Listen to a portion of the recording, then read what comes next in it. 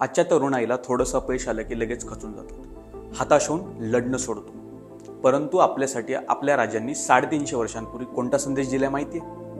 नमस्कार, मी सिद्धेश कदम. न्यूज 18 लोकमतमध्ये आपलं स्वागत आहे. व्यंकोजी राजे यांच्या सैन्याचा मराठ्यांच्या सैन्याकडून पराभव झाल्यामुळे व्यंकोजी राजांच्या मनात नैराश्याची भावना निर्माण झाली. दक्षिण दिग्विजयाच्या स्वारीनंतर परत आल्यानंतर महाराजांनी आपले सावत्र भाऊ व्यंकोजी राजांना पत्र लिहिले. महाराज म्हणतात, तुम्हाला ऐसा कोणता प्रसंग पडला जे इतक्यामध्ये संसाराची कृतकृत्यता मानून नसते वैराग्य मनावरी आणले. उद्योग सोडून रिकामेपणी द्रव्य खाऊन नाश करणे, आपल्या शरीराची उपेक्षा करणे, हे कोण शहाणपण आणि कोणती नीती?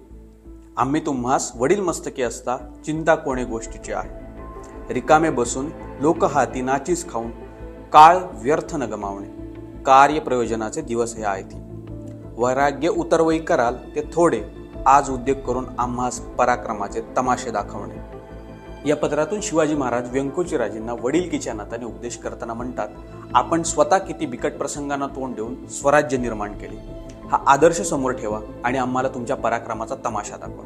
महाराजांचे हे पत्र आपल्या मनात कोरून ठेवलं पाहिजे.